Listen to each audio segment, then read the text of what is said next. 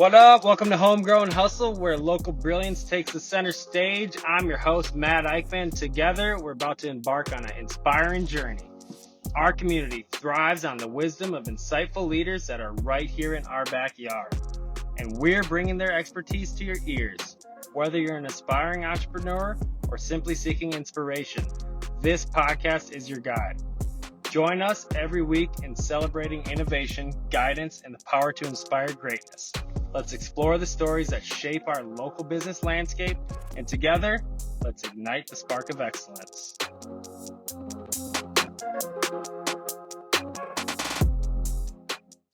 What's up, hustlers? I'm here with Josh John, the CEO of the Creative Business Council. Josh works with business owners and business leaders in a mastermind or roundtable format. He's been doing it for quite a while and a lot of experience coming from this man right here. So I'm super excited about this, super excited to hear some of the stories. Before we dive into everything that you got going on, could you just introduce yourself, tell everybody about you a little bit, Josh? Yeah, my name is Josh John. I'm originally from Portland, Oregon, and have been a part of the upper Midwest for the last 18 years or so. I was a classically trained musician to start and got into business after finishing my master's in performance when I realized I needed to be learning a different language for how I was going to take my career. I met a man on a plane who said, you need to take advice from people who are living the way you want to live. And I realized that the people who were in business, talking about sales, talking about money, talking about the economy, talking about how do they contribute back to their community, I found a lot more of that in the business community. And so I started a consulting practice just because I was asking business owners how they did certain things. And I kept getting the feedback, those are really good questions. Why don't you come help me figure that out? And that's what launched a consulting practice. And I've been part of a CEO Mastermind space and leadership development pipeline for the last 5 years. I recently took over the operation about a year and a half ago, and I'm now accountable for growing the enterprise value of a bunch of manufacturers, service companies, and trades here in the Twin Cities. That's awesome. So what type of instruments? Yeah, I was a bassoonist by trade. Word. Bassoonist, that's a cool word.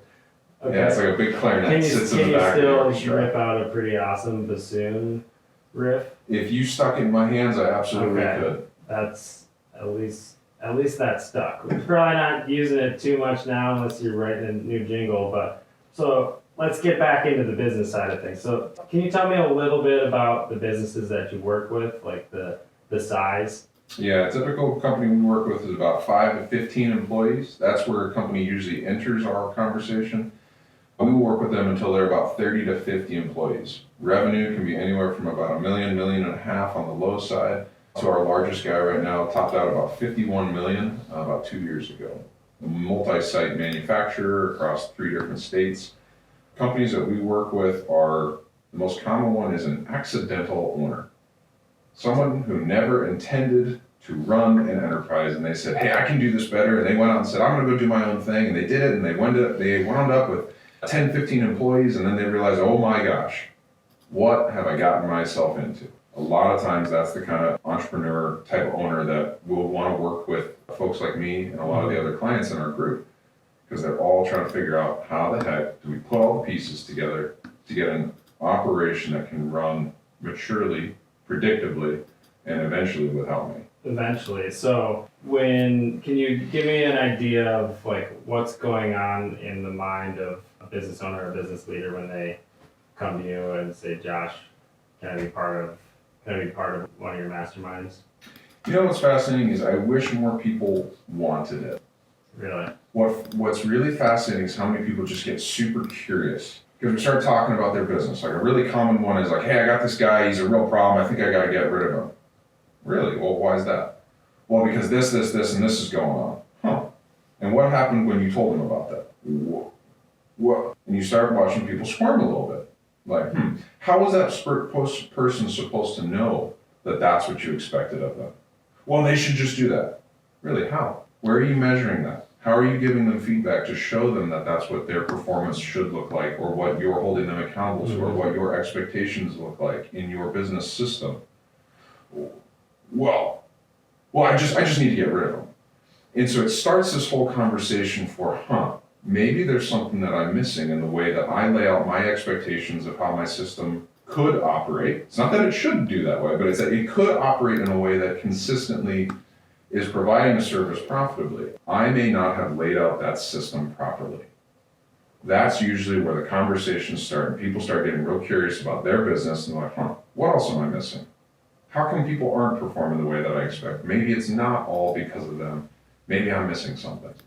So your ability to ask really good questions allows the business owner to kind of deepen how they're thinking about their business. Are there things that you see in business owners that are in that 5 to 15 employee size that either help them get to the 30 to 50 size faster or prevent them from getting to that size? Sure. Like characteristics or ways that the business functions? Yeah, it's really cool. You talked about the characteristics of the upper Midwest. I find I work with a lot of folks who work harder, not smarter. And they will grind and they will work 12, 16 hours a day, whether they're in HVAC or drywall, they're in trades, doors, windows, glass, electrical, or plumbing. Like they will work all of the hours and wonder, why the heck am I still on the hamster wheel and we don't seem to be getting any further. I come in and I start asking them questions about what would it look like to work smarter? What does it look like to work through your people? Does your team know what your expectations are? Have you built them a system? Have you built them templates? Have you built them process in order to help them hand off work so that you are not doing 10 jobs a week, you're doing 15 jobs a week? And from there, we start to grow their business from a very analytical perspective. So the first one is, how do they work smarter and not harder? And the second one around the characteristics of things that show up. The question that makes the biggest difference is if I can get my clients to start asking their team, what do you think you should do? So powerful. It's such a small thing. I have one client who I hit him with that probably the fourth time. He's like, you know what, you need to just go ahead and tattoo that to my forehead. Because so many of our clients are addicted to firefighting and being the guy who can, or man or woman who can swoop in and save the day and solve the problem. Yep. But if you push back to the team, like, well, what do you think you should do? It transfers empowerment and it allows the team to start to step up and own the solution. Mm-hmm. That one little thing starts to multiply efforts across an enterprise. Then it becomes is that what they should do? Great, now let them do it. And if not, you can still tell them what to do at that point, and you can coach them and give them guidance on how to do it. But it's almost like a reflex at times for business owners that work harder, not smarter, to just do it, because the time and patience oftentimes to teach somebody how to do it, it's gonna take more time, and a lot of business owners feel like they don't have any, so they just do it instead. And that's why they're working 16, 18-hour days. Are there more characteristics, or did I? Man, you're hitting it. What you made me chuckle about is thinking about, I'm not from here. And it was so funny when I moved out here, how much that stuck out to me of like getting to know the upper Midwest work ethic, that it's hey, I don't want to talk about my feelings. I definitely don't want anybody to know that I'm vulnerable and I don't know what I'm supposed to do as I run this company, and how it's way easier to just put your head down and go work 12, 14 hours a day, rather than deal with that, I'm uncomfortable. I have to demonstrate a little bit of emotional maturity and hold some patience back. Those are those really powerful things that show up in a lot of the conversations with the groups that I work with, is when they're finally dealing with that. You're pulling me into that uncomfortable space that I don't want to go to.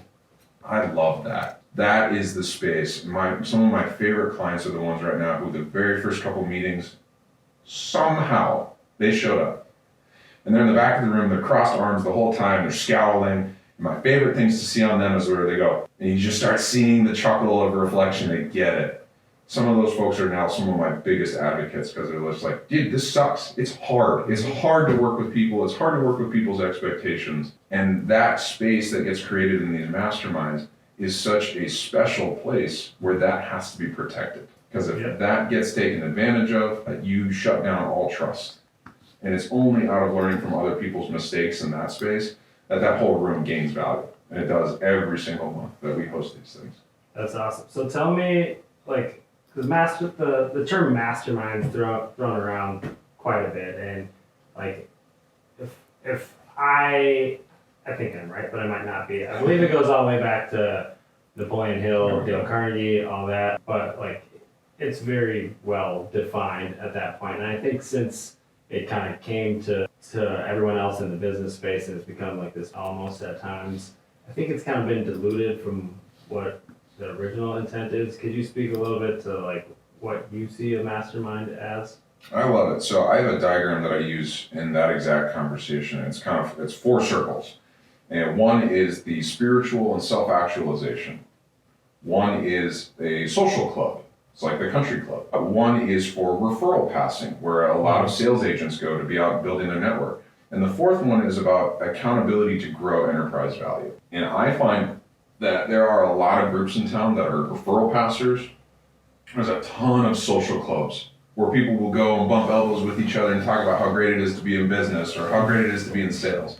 Very few people are actually willing to lean into what does increasing your enterprise value look like. It's not just about padding the bottom line, padding the balance sheet. It is really about how do we create such an immense, unique value to the market that they're willing to pay a premium over the cost of what it takes to provide the service or the product. And driving that premium value is everything that my company and the clients that I work with are obsessed with. They're not commodity brokers. Mm-hmm. It's not cheaper.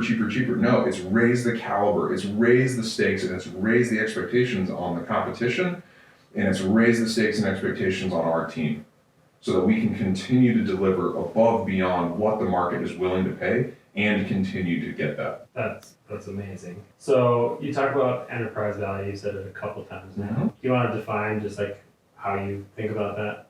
Yeah, so I took that from spending some time with a bunch of private equity folks, accountants and lawyers who are talking about doing due diligence as they're getting ready for a 10, 20, $40 million acquisition of a small business. Shocking, I'm in the business of building my clients up to be ready for that acquisition. And they're the ones that kept coming back saying, talk about your enterprise value. It is the relevance that it has within the market to continuously maintain and acquire and keep profits. It's a really bad association of like, oh, so it's just about money? And it's like, no, it's about being an authority in the market that the customers in the market are willing to pay you a premium because they trust your service, your brand, that you can deliver over and above what your competitors or any other commodity in the space can do. That's what enterprise value is. It's that kind of authority, and it comes from your leadership team. It comes from your financials, your process. It comes from your innovation, your ability to deliver above and beyond. That takes a tremendous amount of coordination, and that's what these masterminds become. Is a pipeline to develop leaders to become leaders of their enterprises in that space. And it's not like you're giving out SOPs and hiring processes and all that. Rather, you're facilitating conversations around that, right? And is there like everyone pulls out their P&L and we all review it? Like, what process do you all follow? Every quarter, we make them report it on top line, earnings, and cash. The reason why we implemented that is because seeing sales is vanity. Oh, you did $5 million last quarter, you did $5 million last year. That doesn't really matter. Oh, he makes 10%, oh, he makes 24%. Really doesn't matter. Yeah. How much of it are you keeping? Because every company hits Q1, especially in the services, especially in Minnesota where it's cold out, and that may affect what business can and cannot be done. And suddenly it's like, well, who's got the cash to get through Q1? It's tax time. We got to write a $70,000 or $90,000 tax bill. Where's the cash going to come from? Are you borrowing from life insurance? Are you taking it from friends and family? So we make them report on their cash every single quarter. And then every month in between meetings, I'm meeting with them, or one of my consultants is meeting with them in between and saying, let's check in. Where's sales? Where's cash? Where's your accounts receivable? Where's your bad debt? Are you paying down debt, or are you storing up cash? So are you bringing an added level of accountability around the finances? Maybe not accountability, but attention to it so that it's managed in a healthier way for the businesses to start, like having more questions when you're looking at a P&L, especially for some business owners who've never looked at a P&L. Do you help them find things through that process of, oh, I didn't realize we were spending this much here, or I thought we were making more, things like that? All the time. I love the distinction you say between accountability versus attention. It really is, it's about attention. Mm-hmm. Because as you know, with your whole team, what you measure matters.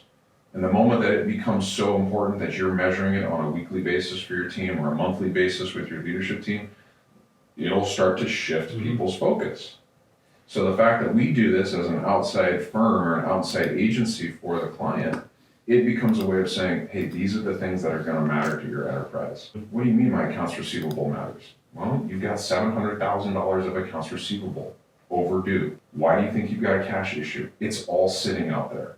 It's rampant in the construction industry. There's manufacturers who deal with really big firms that are trying to get leveraged 180-day terms to collect invoices. That's why you're in a cash pinch. So the financial acumen of a business owner, how much would you say it impacts their ability to steward their cash or steward the funds within the business overall? Your question is financial acumen. Yeah. Understanding the financials, I'd say, is about 30% of it. The emotional fortitude to not say there's $100,000 in the bank, woo, distribution. Like, no! You're going to need 70 of that to pay your accounts payable next month. So when you think about this, the foresight that you have to have for the 70% to really be thought through, what are the things you would recommend business owners look at to make sure that they're not making a fully emotional decision when it comes to their finances? Yeah, there's two books that I highly recommend. One is Profit First by Mike. I'm a big fan of it for most small businesses, medium businesses. It's very appropriate. But the second one is called Simple Numbers 2.0, local guy, Crabtree. I don't know if you've ever worked with it. I've never worked with them, but I've read the book. That book is fantastic as it looks at, hey, just because you have operating margin, that doesn't mean it goes right to the bottom line. You still need that capital in order to pay all your bills because you're still going to be collecting bills and you still got overhead. I find those two books so fascinating as far as a cash management philosophy that either one of those can drastically transform an organization just by reading it and starting to ponder, how does that apply to my company? That's good. So the way somebody thinks about money, especially when you're in a blue collar business and you're growing it, I know for myself, it took me a while to realize that, hey, I need to think about money and my business differently because this is the financial side of it, right? So the money in my business is not, it's not my money. That's Matt's money, come on! And like it's money that's there, but it's not mine. And also the business itself is not me. That is an asset. So Matt, the business owner, needs to make sure that Matt, the guy that's in the CEO chair of the business, is doing what he needs to do and actually fulfilling that role. And the accountability and the expectations are different, but for somebody to think about the same problem in two different ways, you got to understand finance at a totally different level because it's not natural. I did the whole college thing. I didn't come out thinking like that, unfortunately. How is there some you hypnotize people, snap out of this, or how do you go through the education around just that component for the business owners? I know you work with a lot of people that it's not their money, and we can talk about that later, which might be more entertaining. But getting that shift to happen from it being one big bucket to now I have to think about two different math problems. So how do I facilitate that question, that inquiry process? One of the things that I took very seriously was an insight that 60 to 70% of the population are visual learners. And so much of what we use in our practice is all visuals. We have, one of the ones we use is an org chart that separates the distinct roles of someone who owns the asset versus the general manager or the chief operator who manages and operates the asset. Those are two totally different hats to wear as you consider what is the business. What I do with a lot of the senior leaders is I have them start to understand that if they can be responsible for the interests of the owner, then they can say, how do they use that to steer and drive the enterprise so that it is consistently delivering on the expectations of the owners and delivering on the expectations of the team underneath. And how do they set that team up to be successful inside that environment? Getting them to look at it from those two different perspectives, it's esoteric, it's philosophical, it's silly until you see it on a board and you're like, oh, owner wants consistent paycheck, wants cash security, wants an asset that I could eventually sell. Great. steward wants to take care of a team, continue to generate profits for the organization, continue to be ethically responsible for their compensation, and set up a team that's worked well, and then not get micromanaged by their owner. Mm-hmm. So if they start by illuminating what those expectations are of the different parties in an org chart, suddenly they start to figure out, how do I put this puzzle together in order to make sure that the market and my business are able to work together to consistently deliver on what our value proposition is to the organization, what it is to the economy, to the market, and to the ownership interests. And the alignment of all the expectations there. It goes from, well, the boss, Joe, makes all this money and I'm over here. Well, I really need my job and I got to make sure that Joe's not going to fire me because he's not getting his paycheck or whatever. Like the thinking around money, especially for these growing businesses, it's a tough conversation sometimes, because when you're looking at a plumbing or HVAC business that's doing $4 or $5 million a year, and you got guys that don't come from money, they're making the most money they've ever made in their life, and they're happy. Like that's not even the same ballpark. Like they don't even know how to think about that, right? So when you're working with these business leads who maybe don't have an equity position or anything like that, what's their level of thinking when they're coming into the room and they're part of these masterminds with other heads of business? Like, are they thinking about the finances of the business, or is it just, I'm showing up doing my work and they told me I needed to come here to this meeting? Yeah, it's a really awesome transformation that happens for the right type of person who comes into that space, because one of the things we see is someone will come in because, oh, my boss told me. And we start talking about the finances, and then quickly we start talking about how the business works. And we start talking about how, as a manager of a system or a manager of a business, there's a lot of consistent patterns that show up between businesses. So you get really good at how the businesses work together, you become pretty valuable and you can go play in anybody else's sandbox. Or the analogy that I use frequently is like, you're a good jockey, you're just looking for the best horse. As an owner or as a senior leader, my job is to make sure that my horse is so well set up to help you get what you want. And that's what I train all of our members to think about, is like, I'm building an opportunity for someone to come in and maximize my logo, my company that we offer, to give them an opportunity to grow into what they want. Made me think about another book. It's called The Dream Manager by Matthew Kelly. I have not read that one, so it's going on the list. Everyone else should put it on their list too. I throw this one out there frequently because it's all about, how do I create an environment for my team? How do I create an opportunity for them? And it makes me think about this gentleman who we brought in for a guest speaker in December. Runs a 300-400 employee construction company up in northern Minnesota, and he works with street paving and big long stretches of highway. And they work with operators who will make anywhere from several hundreds of thousands of dollars a year. Individual contributors making several $100,000 a year because they're working 60, 70 hours a week, 6 to 7 months a year. They're away from their family, they're in the middle of nowhere. In a hotel. Exactly. They're making this great money, and then they go furlough for 4 to 6 months. And when the CEO came in, took over the operation for the family, he came in and asked his team, like, what do you want? Like, why do you do this? And the thing that they came back with almost unanimously was, I want someone else to have this kind of opportunity. Because of what this did for my family and for my life, I want to make sure that we're able to expand this and give this to other people. That's such a profound thing. We don't think about most businesses that way, as like, no, I just need somebody to do this job. Go install that, go spray this, go plug that in. No, it's like, are you giving them an opportunity that's going to transform their life? Mm-hmm. I think that's what senior leadership in business is really about. How do you create those kinds of opportunities for people? That's crazy you said that. That's what it's all about for me. It started with more opportunity for myself, but you realize once you can create opportunities, it can expand within a business, and it doesn't stop unless the business owner stops thinking about new opportunities and just starts thinking about themselves and their own bankroll, pretty much. Creating opportunities for growth is, I think it's like the most American thing to do. I think we're kind of obligated as business owners, and this is my personal opinion, to create as much opportunity for our business in the market as possible to best impact our communities. And and the people that are part of it. But when you don't think like that, sometimes you don't even know what to think about as a business owner. You don't know what question to ask you.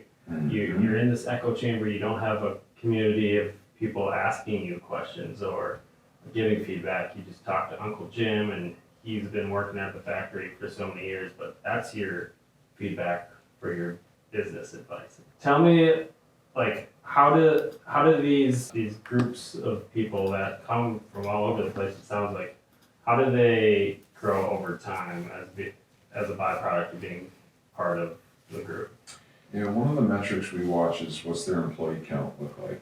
So yeah, we can look at sales, we look at cash, but we're also going to be looking at what's their employee look like. The amount of payroll that the company produces is a direct correlation with the kind of tax revenue that's generated.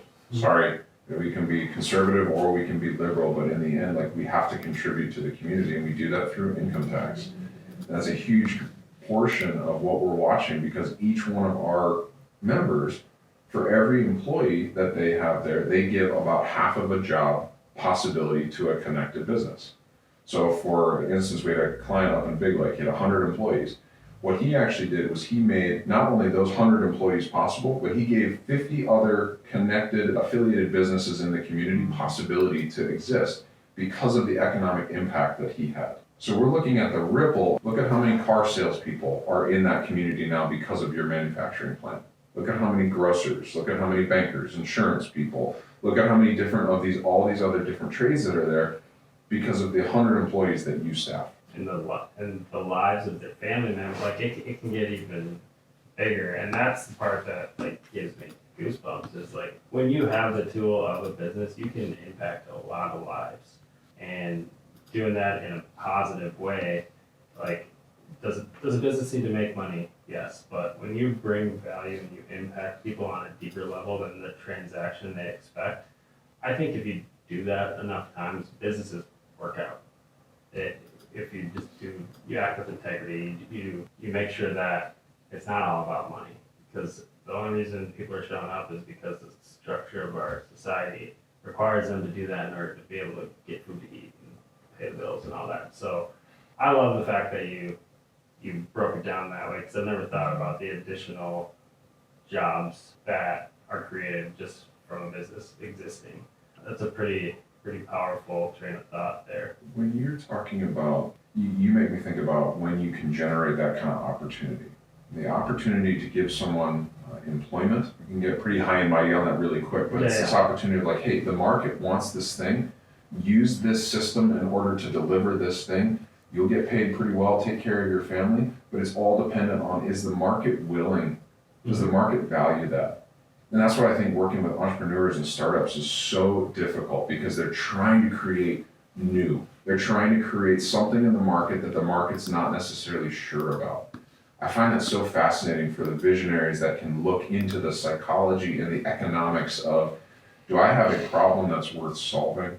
And do I have a solution that financially is worth building in order to deliver that to the market? And can I do it in a way that allows others an opportunity to fulfill on that? Mm-hmm. I find that just so stinking fascinating. Like, what's all involved with bringing a business into existence with that kind of ethos to it? I mean, there's a lot. Unfortunately, I didn't start Abracadabra myself, so I can't actually say that.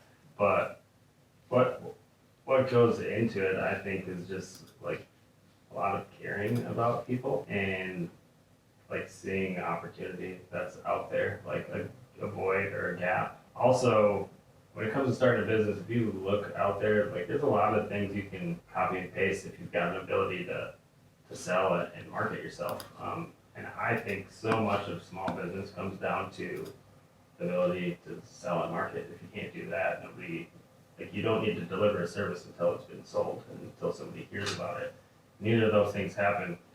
It's hard for the service to ever occur. So I've got a lot of focus on grabbing attention around that, but I'm not even sure if that was a direct question to me, but I just believe that doing right by people is how I should navigate in this existence. Is how I was raised.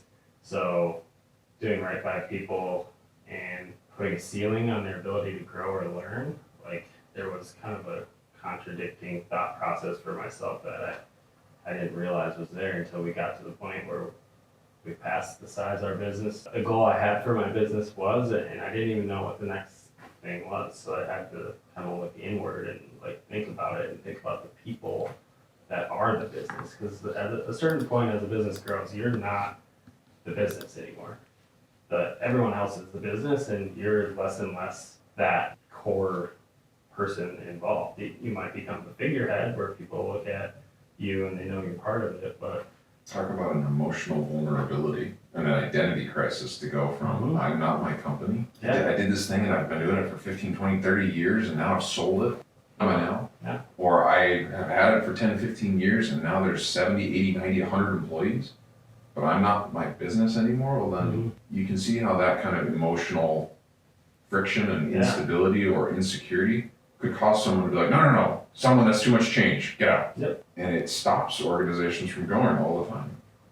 yeah, I mean, it's the bottleneck.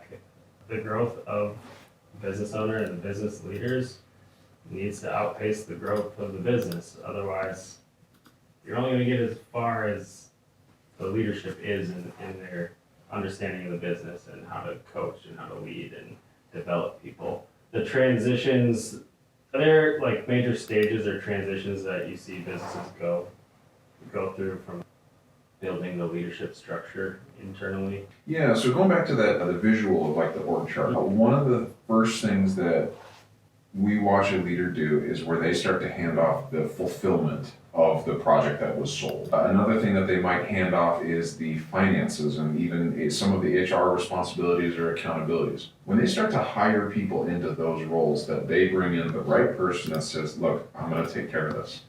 I'm going to be a good steward of this department. I'm going to be a good steward of this paperwork, this documentation, our company's compliance and risk. I'm going to own that. Okay, great. The last one that happens is when they start to hand off revenue. They hand off marketing, they hand off sales. And now they've got somebody else who says, I'm going to run this, take this, drive it, treat it as if it's my own, and put my name and my brand on the line to help grow your company and your opportunity. That is when an organization really starts to grab some momentum. When it has those 3 or 4 leaders in place, that's when an organization really starts to take off. It takes good timing with the market. It takes tremendous acquisition and a marketing effort to get enough of that, to bring in the right people, to attract them, and then to strap them all together and give them a reason to go on a 3 to 6 year run growing an enterprise. It's never said and done. That's where it starts though. Those are those first couple steps of how do I bring in a project manager who's going to run my operations? Or I bring in I can't even think of the name of the manufacturing, like the production manager. Am I going to bring in a production manager and have that person take on all of the pipeline and making sure that we are consistently getting products out the door and getting it shipped and invoiced every single week? And when people start to take on and own their environment, and they say like, no, I got this. When you can attract people that are willing to say, no, Matt, I got this. That is such a huge step of someone who's willing to be followed. That's a fantastic thing to see. Are there questions that you have to ask the leadership team within those businesses to kind of prompt some of those transitions? One of the questions that I lean on pretty heavily working with leadership teams is when they have complaints about someone. How do you know? How do you know? How do you measure that? How do they know? How do you show them that? And it's always about exploring. Your complaint is never complaint is rarely based in reality. It's often some expectation that's been not said, not declared, not measured, and now I just know that person's just not doing what I think they should be doing. Or I told him one time and he's not doing it. How did he know? Yeah, like exactly. There's so many situations where it kind of comes down to like an accountability conversation, but you can't have that conversation until we've had all these other conversations, and that's where you got to really peel back some layers within people's businesses to solve the problems before you can even have an accountability conversation. When you start working with a new organization, is it frequent? Would you say, is it going to happen more often than not that people are rowing in different directions? All the time. Do you have like something you've identified that is a causal factor for that? You're not going to like this one. One of the things that I'm sensitive to right now is that people think, oh, I'm the visionary. I just get to tell people what we're going to do.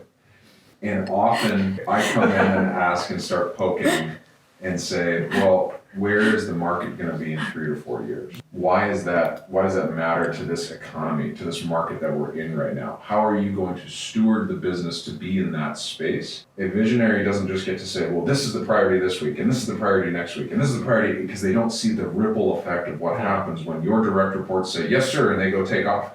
But their direct reports are the ones who are getting pulled in 6 directions because you've given 17 different initiatives. I go after visionaries really hard and say, if you don't have where you're trying to get your company 2 to 4 years out from now, you're not a visionary. You're just a cowboy who gets to come in and crack the whip as you see fit for the day.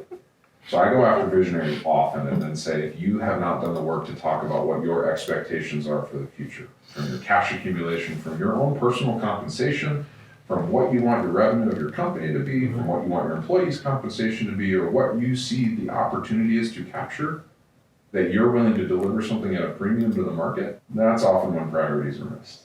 That's when people are going different directions because they don't know what matters. Communication encompasses a lot of that. Like maybe the communication's happened and it's failed and it's failure to connect, or maybe the whole structure and the framework for how the company communicates isn't established. So frustration is how problems kind of come to the surface with the businesses that I see where communication is a problem, is because they're smaller companies usually care about each other, especially being Midwest companies. Maybe not the best at communicating feelings or emotion at all. Or too much. Yeah, or too much, yeah. Yeah. And now there's assumptions, and it's really easy for whoever's the boss to just say, okay, you're gone. And now that puts the business in a totally different bad situation. Sometimes it's better, depending on what's going on, but facilitating communication between levels of the company is something that I've had to learn a lot about, especially as we bring in new roles and more people. Clearly defining that. It can't just be, well, I talked to so-and-so. Well, there's 57 different channels you can communicate with nowadays, so like what's the one we're going to use so that we don't miss the communication and now it goes off into a bucket that nobody ever gets notified about. I love that. The idea of how do I narrow your scope? How do I narrow your focus? Just look through this. You don't look through all that. Going back to the jockey and the horse analogy, how do I get blinders tighter? How do I make sure I've got you running the direction I need you to go? You're focusing on the thing 18 months out from now, not what's going on next week.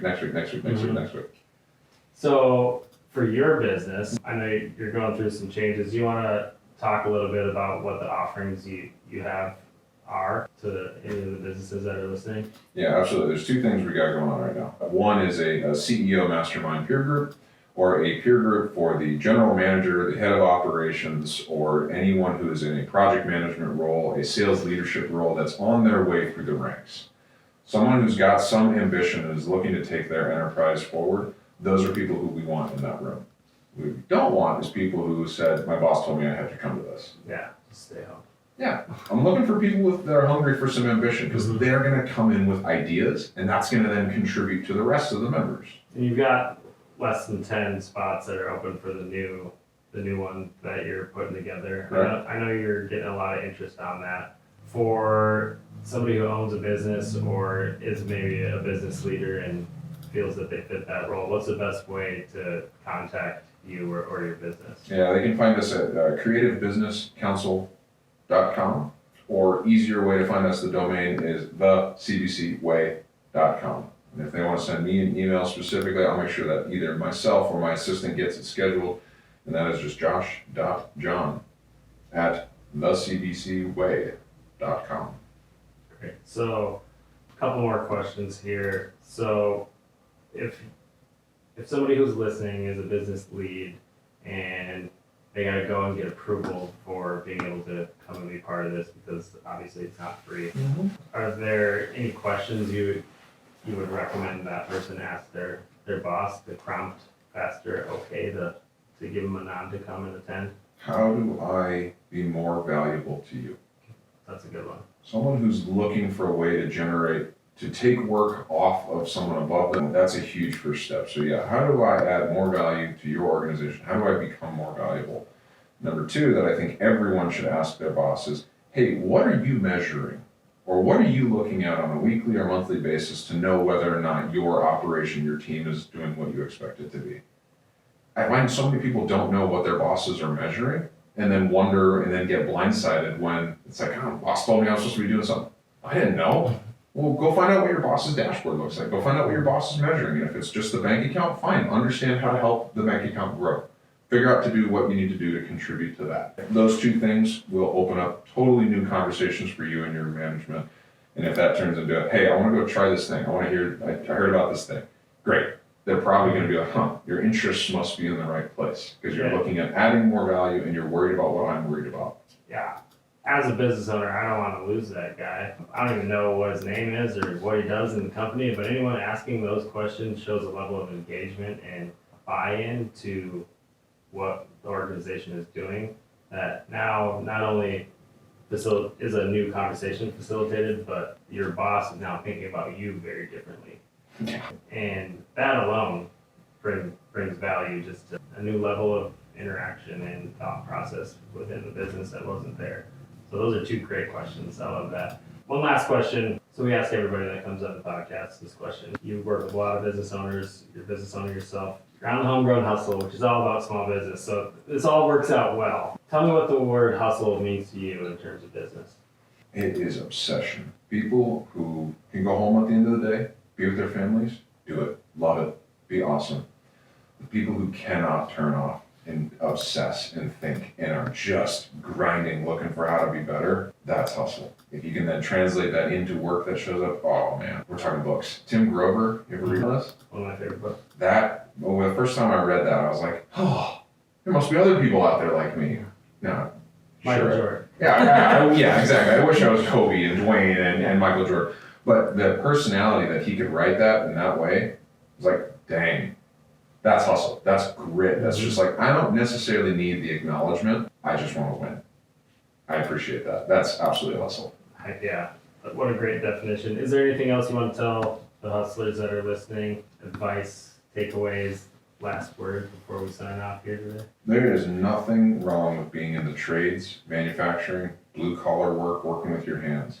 There's a chip on their shoulder for a lot of men and women who are in that space, and there's absolutely nothing wrong with it. Please don't let corporate white-collar look down on you. This is the bread and butter and the backbone of this economy, and it's why I feel so strongly about contributing to this space and contributing to more people who are doing this kind of work, because this is what makes our economy work, and I love being a part of that. Thank you, and thank you for supporting the business community and impacting people's lives. What you're doing, there's probably thousands of families that are impacted as a byproduct to what you're doing over there. You're doing something special, and the fact that you're growing is just going to make a bigger impact. So I'm excited to see what you got in the future. Thanks everybody for listening to this episode of the Homegrown Hustle with Josh John from the Creative Business Council. Go check him out. If you've got business leaders or you're a business leader yourself, check out his operation. They're doing something really special for the local market here. You're not going to be disappointed. Thanks again for joining me today, Josh. Thanks again for joining us on Homegrown Hustle. Our local business community thrives because of the brilliant leaders right here in our backyard. And it's been an absolute privilege to provide them with a platform to share their invaluable expertise. Stay tuned for more insight, wisdom, and inspiration from our local business champions. Don't forget to subscribe, rate, and review us on your favorite podcast platform. Together, we'll continue to nurture and expand our homegrown success stories. Matt Eickman signing off until our next insightful episode.